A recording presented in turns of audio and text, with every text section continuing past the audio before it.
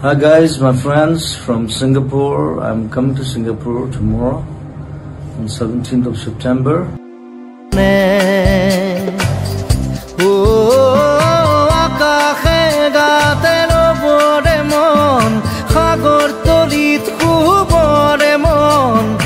মনৰ শিলা উৰুৱাই জীৱনে খৰালি হৈ থাক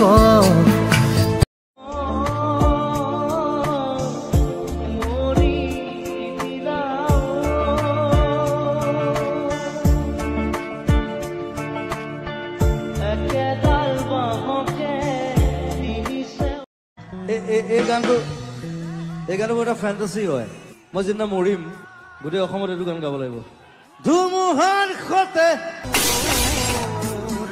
বহু যুগৰে